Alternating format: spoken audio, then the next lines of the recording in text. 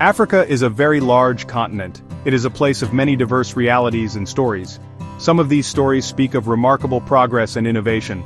Others tell of enduring hardships and difficult times that people face. It is a continent where ancient traditions meet modern aspirations. The landscapes are as varied as the cultures found within them.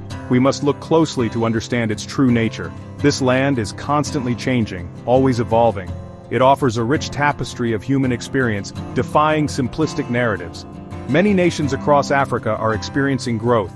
Their economies are developing, bringing new opportunities for their citizens. People are working hard to build better futures for their children and coming generations. They are creating businesses and strengthening their communities with hope and determination. Yet, alongside this positive movement, old challenges often remain stubbornly present. Complex issues from the past continue to cast long shadows over current events. New difficulties also emerge, testing the resilience of its people and institutions. These contrasts define the modern African experience in many ways. This essay aims to provide a snapshot of Africa today, as we understand it in mid-2025. We will explore some of the significant recent events shaping the continent's trajectory. We will look into regions currently experiencing political unrest and its profound consequences for civilian populations. We will also examine important advancements in areas like public health and regional cooperation. The goal is to paint a balanced picture of the current situation unfolding across diverse nations. It is important to see both sides of the story, the struggles and the successes. This allows for a deeper, more nuanced understanding. By looking at specific examples, we can understand the complexities better and appreciate the nuances. We will see the struggles faced by ordinary people caught in the crossfire of conflict zones. We will also learn about the dedicated efforts being made to improve lives and create lasting stability. From the ongoing crisis in the Democratic Republic of Congo to new health initiatives spreading across nations, the narrative is multifaceted and dynamic. Understanding this intricate web of events helps us appreciate the continent's journey. It helps us see Africa with clearer eyes, moving beyond simple headlines and stereotypes. In the eastern part of the Democratic Republic of Congo, peace remains an elusive aspiration for many. The region has been unsettled for a long time, facing numerous complex challenges and cycles of violence. Recently, the M23 rebel group has significantly increased its military activities and territorial ambitions. This resurgence of intense conflict began in late March of 2025, causing widespread alarm. Their actions have brought renewed fear and instability to many communities already scarred by previous wars. The local population is often caught in the middle of these power struggles, bearing the heaviest burden. The M23 rebels are primarily fighting in North Kivu province, a historically volatile area. This area has seen conflict before, and old wounds are unfortunately reopening with this new offensive. Their operations have particularly targeted the Rutshuru district, a key agricultural zone vital for local livelihoods. The world-renowned Virunga National Park, a UNESCO World Heritage Site and home to endangered mountain gorillas, is also directly affected by this renewed fighting. The park's dedicated rangers and its precious wildlife face increased danger due to the pervasive instability. This conflict disrupts lives and threatens irreplaceable natural heritage. The intensity of the M23 offensive grew stronger from mid-May 2025, according to various reports. The rebels have been focusing their efforts on the Bwito chiefdom, another key area in North Kivu. Their strategic aim appears to be to regain control of key locations within this territory. Securing their supply lines is also a major operational objective for the M23 forces. The RP 1030 road, an important transport route in the region, is central to their plans for logistical support and movement. Control of such vital infrastructure is crucial for any armed group operating in this challenging terrain. M23 aims to clear pro-Congolese government militias from Rutshuru district. These militias are often referred to locally as Wazalendo fighters, meaning patriots in Swahili. Suspected members of the Democratic Forces for the Liberation of Rwanda, FDLR, including the CMC-FDP Hutu extremist group, are also targets of the M23 campaign. Rutshuru has reportedly served as a critical supply base for M23 since late 2021. Consolidating their hold on this area is therefore crucial for their ongoing military operations and broader objectives. The continuing struggle for control creates a dangerous and unpredictable environment for everyone living there. The renewed conflict in eastern DRC has a devastating impact on ordinary people, the civilians. Civilians invariably suffer the most in these situations of armed violence and widespread insecurity. Their lives are profoundly disrupted, and their safety is constantly under serious threat from all sides. Many are forced to flee their homes with little more than they can carry, becoming displaced within their own country. Access to essential resources like food, clean water, and basic healthcare becomes incredibly difficult for these vulnerable populations. The psychological trauma of war also leaves deep, lasting scars on individuals and entire communities. According to recent reports from the region, M23 rebels conducted a large-scale arrest campaign. This troubling development occurred over several days between May 10 and May 13, 2025. The arrests primarily took place in the city of Goma and the nearby town of Sake. They specifically targeted males who were of fighting age, raising concerns about profiling. M23 claimed that these individuals were either armed or deemed suspicious for other reasons. Many people were taken from their homes and communities during these operations, creating an atmosphere of widespread fear and anxiety. The M23 rebels subsequently stated that they confiscated over 1,700 weapons during these raids. They also announced the arrest of nearly 300 individuals as a result of this operation. The people arrested reportedly included Congolese army soldiers, FARDC, and serving police officers. Some Wazalendo fighters who align with government forces were also said to be among those detained. Suspected members of the FDLR were also part of this group, according to M23 statements. These numbers, if accurate, highlight the significant scale of the M23's security operations in these urban areas. The government of the Democratic Republic of Congo strongly condemned these actions by the M23 rebels. They publicly accused the rebel group of kidnapping as many as 4,000 civilians during this period. The government described the M23 operations as a targeted manhunt against the local population, not a legitimate security measure.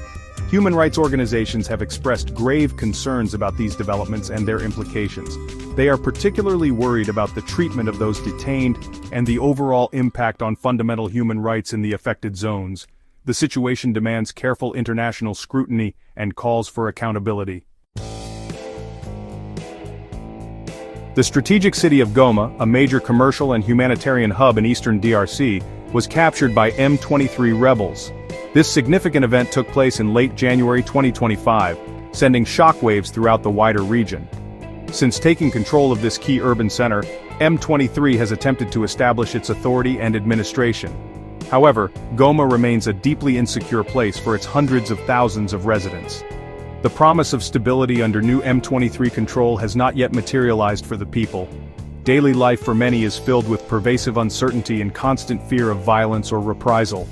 Despite M23's presence and their declared efforts to govern, violent crime rates in Goma are reportedly very high.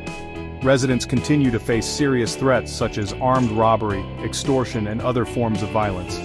People do not feel safe walking the streets, especially after dark, limiting their freedom and economic activity.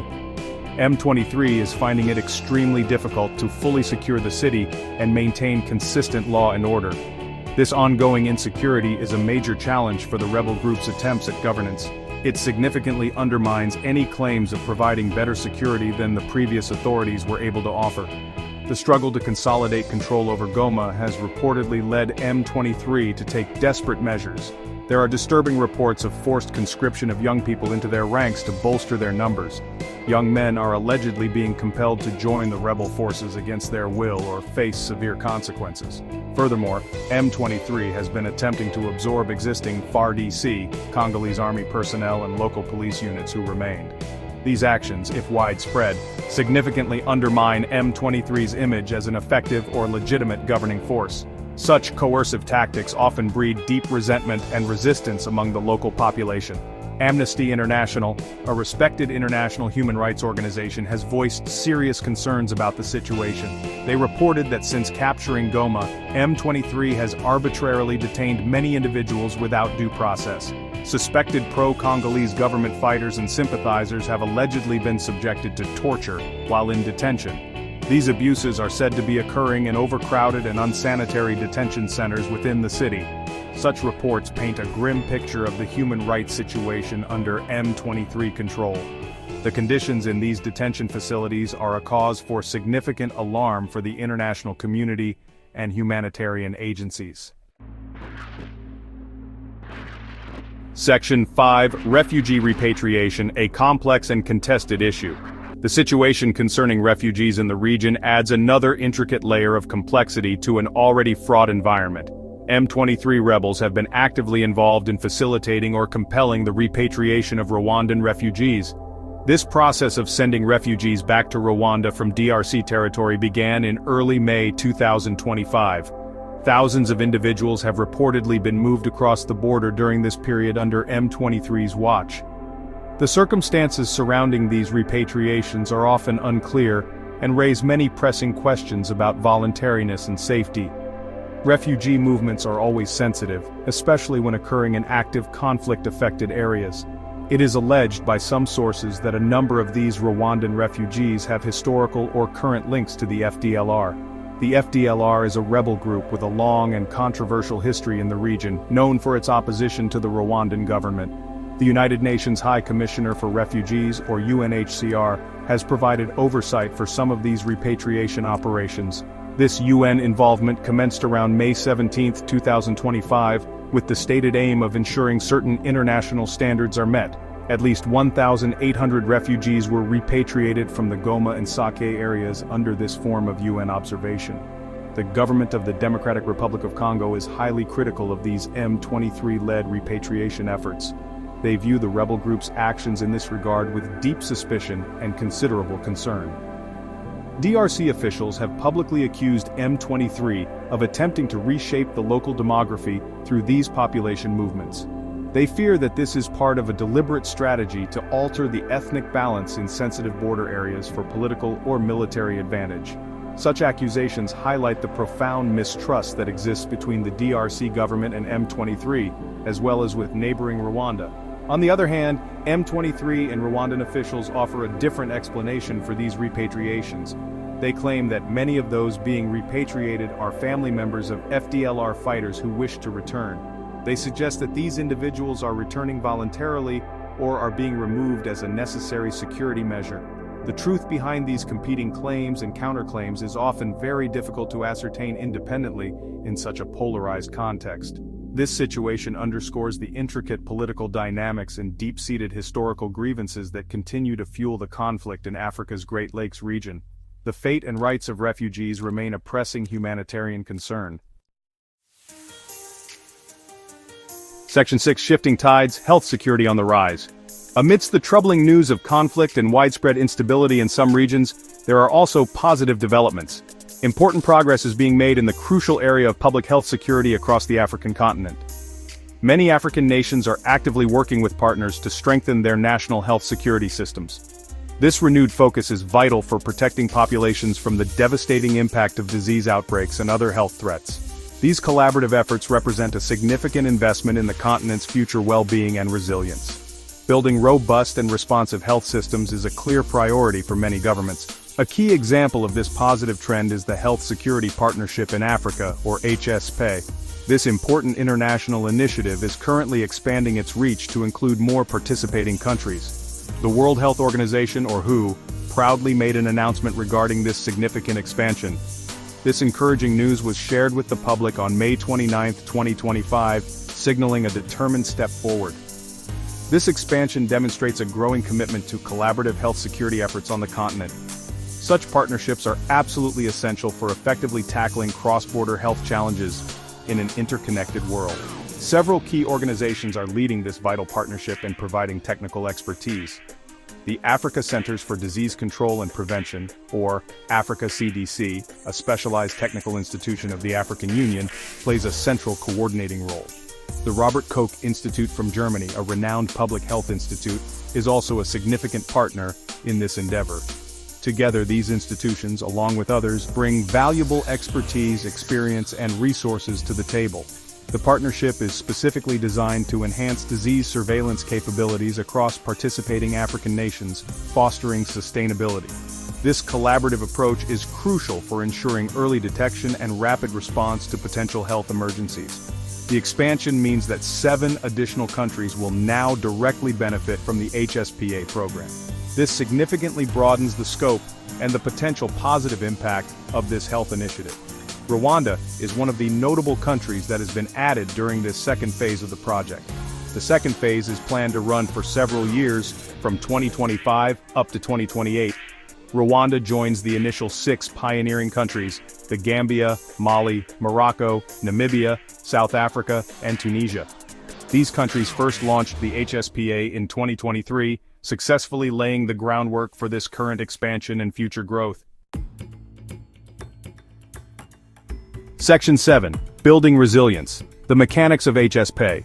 The Health Security Partnership in Africa, or HSPA, has very clear and strategically important objectives. Its primary overarching goal is to effectively connect the national health sector with the national security sector in participating countries. This intersectoral collaboration is increasingly recognized globally as essential for comprehensive national preparedness and response. By working together more closely, these distinct sectors can better anticipate, prevent, detect, and respond to biological risks. This integrated approach aims to create a more holistic and robust defense against a wide range of health threats. It strengthens both national and regional capacities significantly. This crucial connection between health and security is vital for reducing diverse biological risks. These risks can range from naturally occurring infectious disease outbreaks to accidental laboratory releases or even deliberate releases of dangerous pathogens. The HSPA focuses on strengthening various critical aspects of national public health surveillance systems. This includes improving how countries manage biorisks associated with laboratories and biomedical research facilities through better safety and security. It also involves enhancing event-based surveillance, which relies on rapidly detecting unusual health occurrences from various formal and informal sources. These measures are critical for early warning. The partnership also places strong emphasis on indicator-based surveillance and cutting-edge genomic surveillance. Indicator-based surveillance uses structured data routinely collected from health facilities and other formal systems to monitor disease trends. Genomic surveillance involves analyzing the genetic makeup of pathogens like viruses and bacteria to understand their spread, evolution, and response to countermeasures. Epidemic intelligence, which skillfully combines data from multiple diverse sources for comprehensive risk assessment, completes this multifaceted picture of modern surveillance. These advanced tools help public health officials make timely and informed decisions quickly during an outbreak.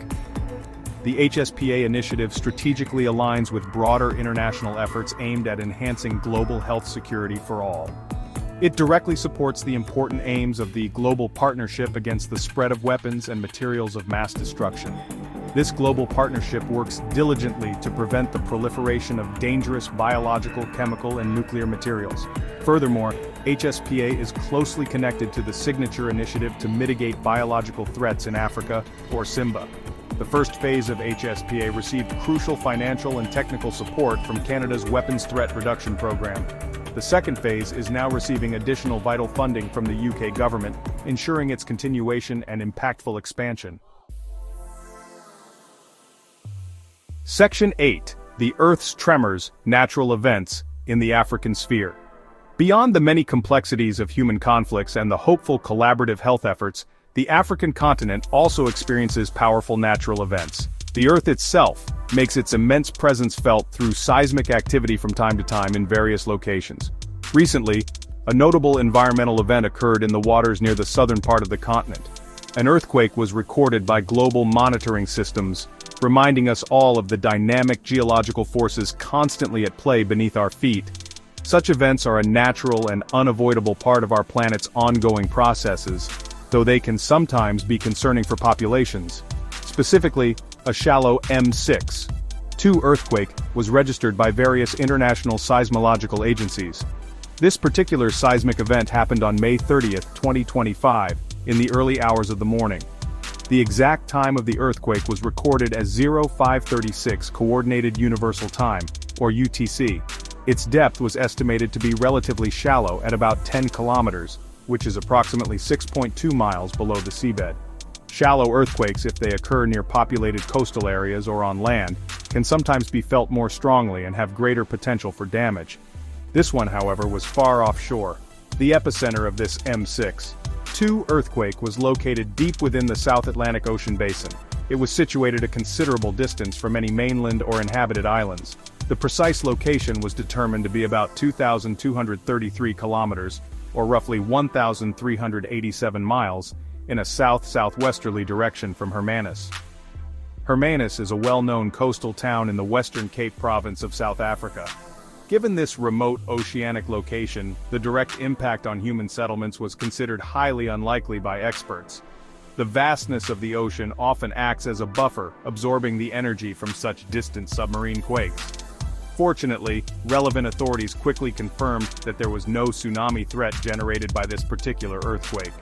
This news provided considerable relief, as tsunamis triggered by undersea earthquakes can cause widespread devastation along vulnerable coastlines.